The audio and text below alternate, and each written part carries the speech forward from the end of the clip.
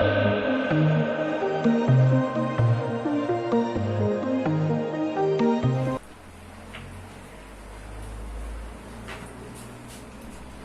To all.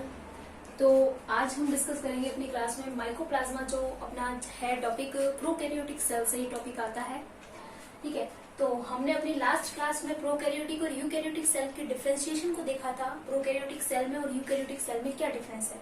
जब भी हम प्रोकैरियोटिक सेल की बात करते हैं तो हम एग्जाम्पल लेते हैं बैक्टीरिया का, और जब हम यूकैरियोटिक सेल की बात करते हैं तब हम एग्जाम्पल लेते हैं जो अपनी सेल्स हैं। ठीक है, ह्यूमन सेल यानी एनिमल सेल्स होगी, प्लांट सेल हो गई, तो ये सारी कौन सी सेल है, यूकैरियोटिक सेल है। यानी हमारे बॉडी का फॉर्मेशन हुआ है यूकैरियोटिक सेल से, प्लांट का फॉर्मेशन हुआ है यूकैरियोटिक सेल से, और प्रोकैरियोटिक सेल को अगर हम स्टडी करते हैं तब हम एग्जाम्पल लेते हैं बैक्टीरिया का। ठीक है, जितने भी यूनिसेलुलर ऑर्गेनिज्म होते हैं, ज्यादातर यूनिसेलुलर ऑर्गेनिज्म जितने भी हैं वो सारे के सारे किसके बने हुए हैं, प्रोकैरियोटिक सेल के बने हुए हैं।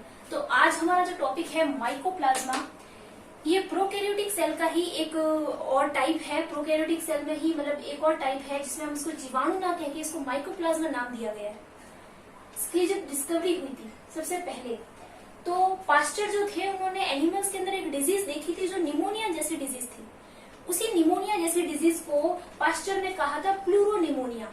स्टार्टिंग पास्चर से हुई। पास्चर ने एनिमल्स के अंदर एक डिजीज को देखा जिसको उन्होंने क्या कहा, प्लूरोनिमोनिया। एनिमल के अंदर एक निमोनिया जैसी डिजीज है जिसको उन्होंने प्लूरोनिमोनिया कहा था, क्योंकि एग्जैक्टली निमोनिया नहीं था। ठीक है, तो उन्होंने क्या कहा कि एक निमोनिया जैसा रोग होता है जिसको प्लूरोनिमोनिया नाम दिया। किसने कहा, ये पास्चर ने कहा। उसके बाद जब उस पर डिस्कवरी की गई तो पता चलता है नौकार्ड और रस्का ने जो डिस्कवरी की, इन्होंने इसकी स्ट्रक्चर को देखने में सक्सेस ली कि हाँ भाई इसकी स्ट्रक्चर को डील करना, क्योंकि बहुत छोटा प्रोकैरियोटिक सेल है तो छोटी तो होती ही है, लेकिन प्रोकैरियोटिक सेल में भी ये बहुत ज्यादा छोटा होता है, बहुत ज्यादा माइक्रो साइज इसकी होती है। हम ये कह सकते हैं जीवाणु से भी बहुत ज्यादा छोटा होता है ये। ठीक है, तो मैं ये कहूंगी नौकार्ड और रस्का ने इसको एक नाम दिया था, वो था पीपीएलओ। पीपीएलओ का मतलब होता है प्लूरोनिमोनिया लाइक ऑर्गेनिज्म। ये क्वेश्चन बहुत बार पूछा जाता है एग्जाम में। ठीक है, ऑब्जेक्टिव क्वेश्चन के फॉर्म में पूछा जाता है, पीपीएलओ की फुल फॉर्म क्या है ऐसे ही पूछ लिया जाता है, और ऑब्जेक्टिव में भी पूछा जाता है। तो हमें ध्यान रखना है, इन्होंने नौकार्ड और रस्का ने डिस्कवरी की थी माइकोप्लाज्मा की। इन्होंने क्या नाम दिया, pleuropneumonia like organism. PPLO, P for pleuropneumonia like organism. तो प्लूरोनिमोनिया लाइक ऑर्गेनिज्म करके इन्होंने नाम दिया। तो माइकोप्लाज्मा नाम कहाँ से आता है, जब इस पे और डिटेल में स्टडी की जाती है तो नोवेक जो थे, नोवेक ने कहा कि भाई ये जो माइकोप्लाज्मा है, ठीक है, यानी कि ये जो पीपीएलओ है, इसी को नोवेक ने नाम दिया माइकोप्लाज्मा। यानी इन्होंने फिर ये भी डिस्कवरी करे थे तो इनको भी इस टाइप का रोग दिखा, मतलब सॉरी प्लांट में और एनिमल्स में, तो इन्होंने जो रोग देखा उसको इन्होंने नाम दिया माइकोप्लाज्मा। तो उसके बाद से हम पीपीएलओ को माइकोप्लाज्मा ही कहते हैं, प्लूरोनिमोनिया लाइक ऑर्गेनिज्म नहीं कहते, ना ही हम प्लूरोनिमोनिया कहते हैं। लेकिन फिर भी इन नाम को डील किया जाता है और पूछा भी जाता है कि पीपीएलओ की फुल फॉर्म क्या है या प्लूरोनिमोनिया क्या है। तो इससे पूछा जाए, इससे पूछा जाए या इससे पूछा जाए, आंसर एक ही होगा, ये माइकोप्लाज्मा ही है। माइकोप्लाज्मा के कारण ही एनिमल्स में प्लूरोनिमोनिया रोग हुआ था। ठीक है, इसी को प्लूरोनिमोनिया लाइक ऑर्गेनिज्म भी कहते हैं। अब होता क्या है, माइकोप्लाज्मा क्या है, तो माइकोप्लाज्मा एक प्रोकैरियोटिक सेल है। भाई हम कहते हैं प्रोकैरियोटिक सेल जो जीवाणु होता है, ये भी एक प्रोकैरियोटिक सेल ही है, लेकिन जीवाणु नहीं है। जीवाणु से थोड़ी सी अलग प्रकृति है इसकी। क्या अलग है, तो हम अलग देखते हैं। इसको क्या क्या चीजें इसके बारे में बताई गई, तो इसको जीव जगत का जोकर कहते हैं। मैंने उन चीजों को मेंशन किया है जो क्वेश्चन आते हैं। जीव जगत का जोकर किसे कहा जाता है, तो जीव जगत का, लिविंग किंगडम का जो जोकर है, हम जोकर किसको कहते हैं, तो जोकर कहते हैं माइकोप्लाज्मा को। क्यों कहते हैं, क्योंकि ये अपनी शेप को चेंज करता रहता है। इसकी जो शेप है, स्ट्रक्चर देखिए, आपको स्ट्रक्चर दिखाई दे रहा है, ये क्या करता है, अपनी शेप को चेंज करता रहता है। कभी सर्कुलर फॉर्म में आ जाता है तो कभी रॉड शेप फॉर्म में आ जाता है। अपने डिफरेंट अपने लाइफ टाइम में बहुत डिफरेंट टाइप ऑफ स्ट्रक्चर को ये लेता है अपनी बॉडी के अंदर। मतलब इसकी जो सेल है वो डिफरेंट स्ट्रक्चर को लेती है। इस वजह से डिफरेंट स्ट्रक्चर के कारण ही हम इसको बोलते हैं ये जीव जगत का जोकर है। तो यहाँ से क्वेश्चन आते हैं कई बार, और इस फुल फॉर्म से क्वेश्चन आते हैं। ये दो मेन क्वेश्चन है यहाँ से आने वाले जो बार बार रिपीट होते हैं एग्जाम में। उसके बाद आता है यूनिसेलुलर, यानी कि इसकी विशेषता है प्रोकैरियोटिक सेल है, और प्रोकैरियोटिक सेल यूनिसेलुलर फॉर्म में ही रहती है। अब वो कॉलोनी बना के रह सकती है, क्योंकि देखें जो स्मॉलेस्ट ऑर्गेनिज्म होंगे तो वो क्या करेंगे अपनी सेफ्टी के लिए, क्योंकि हर लिविंग को जितने भी लिविंग्स हैं वो अपनी सेफ्टी के लिए कुछ ना कुछ फॉर्मूला उनमें रहता है कि वो उस अपनी सेफ्टी के लिए उसको अप्लाई करें। तो नेचर ने हर किसी को एक ऐसा गुण दिया है जिससे वो अपनी रक्षा करते हैं।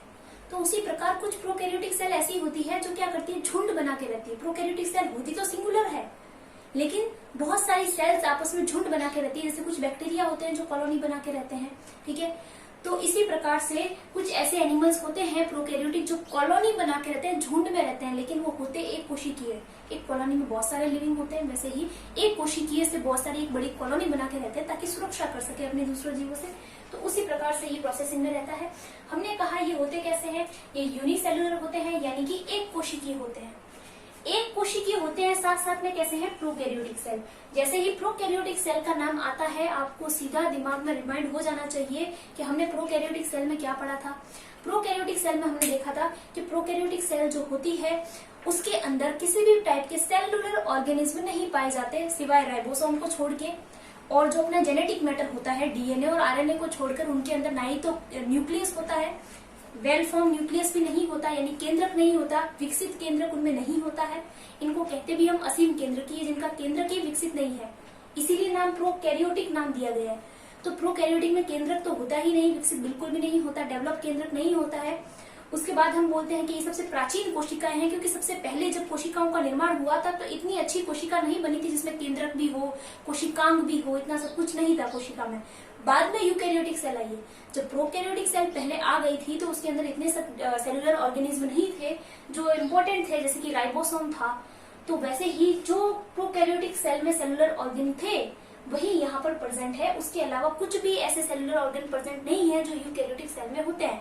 फॉर एग्जांपल माइटोकॉन्ड्रिया है, क्लोरोप्लास्ट है, आपने अंतःप्रद्रव्य जालिका का नाम सुना है, एंडोप्लाज्म रेटिकुलम, गोल्जी बॉडी का नाम सुना है आपने। इस प्रकार से लाइसोसोम वगैरह ऐसे करके कुछ बहुत सारे सेलुलर ऑर्गेनिज्म हैं जो यहाँ पर नहीं पाए जाते, ठीक है। तो फिर ये तो प्रोकैरियोटिक सेल ही हो गई, जीवाणु जैसा ही हो गया। क्या डिफरेंस है इसमें? डिफरेंस ये है कि इसमें सेल वॉल प्रेजेंट नहीं होती, ठीक है। प्रोकैरियोटिक सेल में सेल वॉल होती है, ठीक है, लेकिन यहाँ पर सेल वॉल प्रेजेंट नहीं होती। देखो वहां पर सेल वॉल प्रेजेंट होती है, किसकी बनी होती है, तो म्यूरेमिक एमिनो एसिड्स की बनी होती है, अपन ने डील करा था। यहाँ पर सेल वॉल प्रेजेंट नहीं है। प्लूरोनिमोनिया या लाइक ऑर्गेनिज्म यानी कि माइकोप्लाज्मा में सेल वॉल नहीं है, और सेल वॉल नहीं होने के कारण ही ये अलग अलग आकार को धारण करता है, क्योंकि ये कठोर स्ट्रक्चर, इसकी संरचना के बाहर एक कठोर दीवार है ही नहीं, तो ये कोशिका अलग अलग रूप धारण कर लेती है। क्योंकि बाहर कोई कठोर आवरण नहीं है तो कोशिका भित्ति इनमें नहीं पाई जाती है, तो ये इनकी विशेषता। उसके बाद ये जो सेल है जिसमें कोशिका भित्ति नहीं है, उसके अंदर की तरफ कोशिका झिल्ली होती है। तो कोशिका झिल्ली इनमें है जो 3 स्तर की बनी होती है, और वो कोशिका झिल्ली बनी होती है लिपोप्रोटीन की, यानी इनकी सेल मेम्ब्रेन 3 लेयर्स होती है जो लिपोप्रोटीन की बनी होती है, ठीक है। सेल वॉल इनमें एब्सेंट होती है।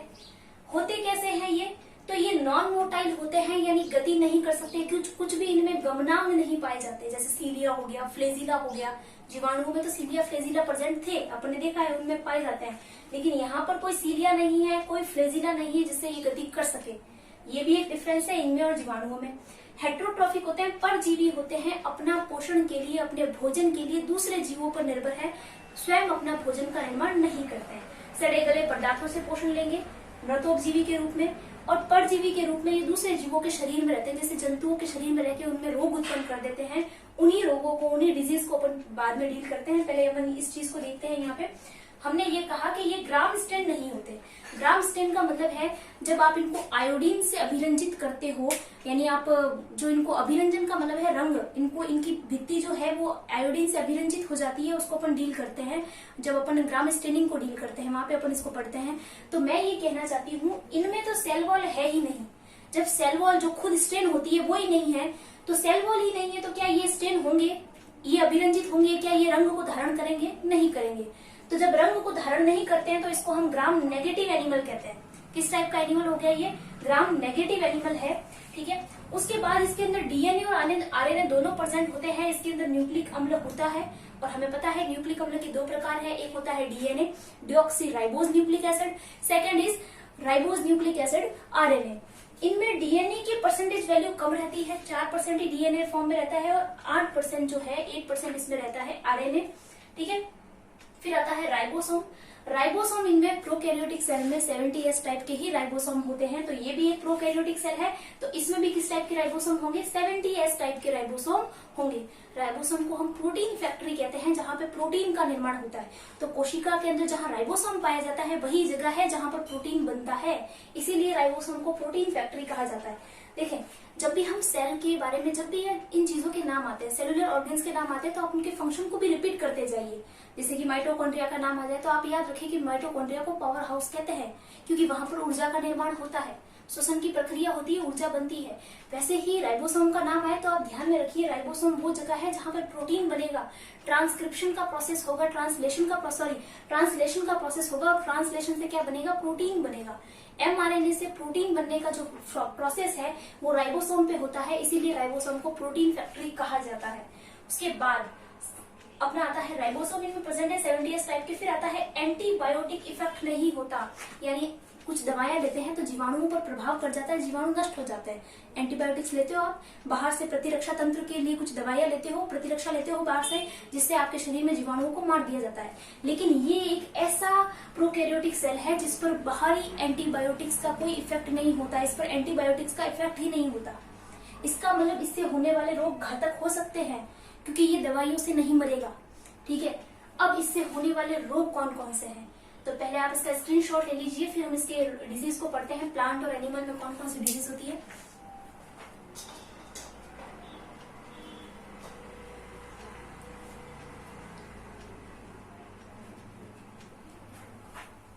ठीक, तो अभी हम देखते हैं इसमें रोग कौन कौन से होते हैं। तो कुछ रोग हैं जो प्लांट के और एनिमल्स में होते हैं, उनको हम डील करते हैं, जो एग्जाम में ज्यादातर पूछे जाते हैं, उन्हीं को देखेंगे। वैसे बहुत सारे हैं, अलग अलग प्लांट में अलग अलग रोग के नाम दिए गए हैं इनको, लेकिन हम कुछ इम्पोर्टेंट है 2-3 उनको डील करेंगे यहाँ पे। सबसे ज्यादा इम्पोर्टेंट है माइकोप्लाज्मा से होने वाले डिजीज जो है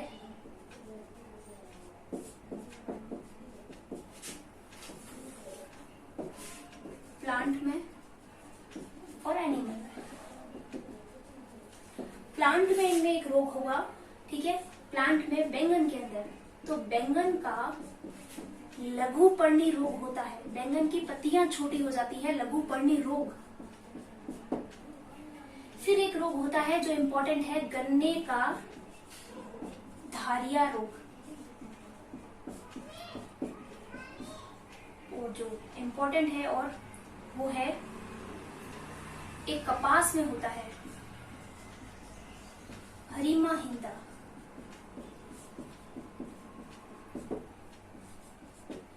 फिर हम देखते हैं पपीते में होता है गुच्छित रोग। उसके बाद एनिमल डिजीज की बात करते हैं, तो एनिमल में एक तो जनन शोथ रोग होता है, जनन शोथ रोग होता है, और एक होता है श्वसन संक्रमण। और भी रोग है, लेकिन जहां से ज्यादा क्वेश्चन आते हैं हमने उसी को मेजर किया है यहाँ पे। तो मैं आपको बताना चाह रही हूँ कि माइकोप्लाज्मा से होने वाली डिजीज, तो डिजीज की जब मैं बात करूं तो प्लांट के अंदर डिजीज होती है। प्लांट में वैसे अलग अलग प्लांट में अलग अलग डिजीज के नाम दिए गए हैं माइकोप्लाज्मा से होने वाली डिजीज को, लेकिन जो इम्पोर्टेंट है उनकी कैरेक्टरिस्टिक पे नाम दिया गया है। माइकोप्लाज्मा से इफेक्ट होने के कारण उस प्लांट में कौन सा कैरेक्टर आता है, कौन से सिम्टम्स आते हैं, कौन से लक्षण प्रकट होते हैं, उन्हीं लक्षणों के आधार पर उन रोग को नाम दिया गया है। तो पहला बैंगन में होता है, बैंगन में लघुपर्णी रोग, जो वेरी मोस्ट है इम्पोर्टेंट क्वेश्चन है, इसको तो आप याद करिए ही करिए, बहुत बार पूछा गया है, विभिन्न प्रकार के एग्जाम, कॉम्पिटिटिव एग्जाम होते हैं उसमें पूछा गया है। तो बैंगन का लघुपर्णी रोग किसके कारण होता है, माइकोप्लाज्मा के कारण होता है, जिसमें बैंगन का जो पादप होता है, सोलेनेसी कुल का पादप है बैंगन, उसकी पत्तियां छोटी हो जाती हैं, पत्तियां बहुत छोटी छोटी रहती हैं, ठीक है, पादप की पत्तियां छोटी हो जाती है। तो इस प्रकार का ये रोग बैंगन में होता है, जिससे अपन को पता चल जाता है कि बैंगन का पादप किसी न किसी रोग से ग्रस्त है, ठीक है। गन्ने का धारिया रोग, धारिया रोग यानी जिस प्रकार से ये गन्ने का पादप होता है, आप गन्ने में जो स्टेम लेते हो, स्टेम को ही खाते हो, तो ये जो गन्ना है यहाँ पर रेड रेड कलर की धारियां बन जाती है, उसको बोलते हैं गन्ने का धारिया रोग, ठीक। उसके बाद आता है कपास का हरीमा हिंदा। यानी कपास का जो प्लांट है, ठीक है, कॉटन प्लांट जो होता है उसके अंदर क्या होता है, कॉटन प्लांट के अंदर वो जो उसकी लीव्स होती है वो धीरे धीरे क्या होती है, येलो कलर में चेंज होने लग जाती है, यानी उसकी जो हरा रंग है वो धीरे धीरे गायब होने लग जाता है। इसीलिए हम उसको हरिमाहीनता रोग कहते हैं, पत्तियां जल्दी पीली पड़ जाती है। तो इस प्रकार से हमें ये भी रोग अगर हम चेक करवाते हैं तो माइकोप्लाज्मा के कारण हमें देखने को मिलता है। पपीते का गुच्छित रोग, यानी पपीते का जो पादप होता है उसमें यहाँ पर गुच्छी बन जाती है, ठीक है, पपीते का गुच्छित रोग है, लीव्स की गुच्छियां बन जाती हैं, ठीक है। तो इस प्रकार से प्लांट सही से प्रॉपर ग्रो नहीं कर पाता है, पहले ही गुच्छियों का निर्माण हो जाता है। तो इसलिए पपीते का गुच्छित रोग भी किसके कारण होता है, माइकोप्लाज्मा के कारण होता है। यहाँ से ये 2 क्वेश्चन ज्यादा इंपॉर्टेंट है। इन 2 को आप 4 में से भी, मैंने वैसे ही बहुत इंपॉर्टेंट जो थे वो लिए हैं, उसमें से भी आप इन 2 को ज्यादा याद करिए, ये इंपॉर्टेंट है, एग्जाम में पूछे जाते हैं।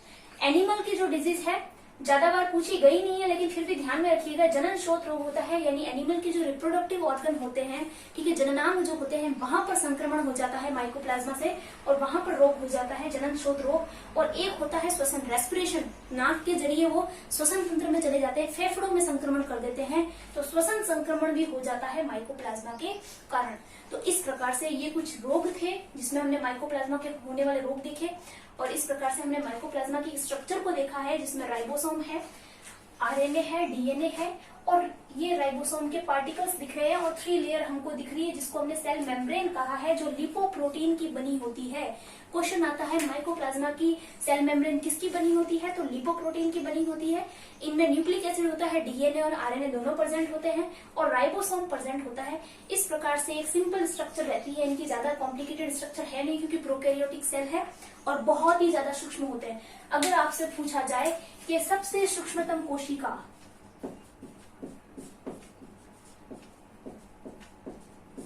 स्मॉलेस्ट सेल, तो वो कौन सी है, माइकोप्लाज्मा। माइकोप्लाज्मा स्मॉलेस्ट सेल है, ठीक है, लेकिन प्रोकैरियोटिक, देखो वैसे ही प्रोकैरियोटिक सेल स्मॉलेस्ट होती है यूकैरियोटिक से, और यूकैरियोटिक कंपैरेटिव अगर हम यूकैरियोटिक से करें तो प्रोकैरियोटिक स्मॉलेस्ट है, और प्रोकैरियोटिक में भी सबसे स्मॉल सेल कौन सी है, तो स्मॉलेस्ट सेल है माइकोप्लाज्मा, जो जीवाणुओं से भी बहुत ज्यादा छोटी होती है। ये एक सेल है। हम बात यहाँ वायरस की नहीं कर रहे हैं, क्योंकि वायरस कोई कोशिका नहीं है, वायरस किसी भी कोशिका के बने हुए नहीं है, तो हम बात वायरस की नहीं कर रहे हैं, हम सेल की बात कर रहे हैं। और ये जो सेल है सबसे स्मॉलेस्ट सेल है, और सबसे लार्जेस्ट सेल के अगर एग्जाम्पल पूछा जाए तो वो होगा ऑस्ट्रिच का एग, ठीक है, शतुरमुर्ग का जो अंडा होगा वो सबसे बड़ी कोशिका है इस धरती पर जीवधारियों में, और सबसे छोटी कोशिका है माइकोप्लाज्मा। तो यहाँ पर अपना माइकोप्लाज्मा एक एनिमल कंप्लीट होता है, जिसको अपन ने डील करा प्रोकैरियोटिक सेल में। Thank you.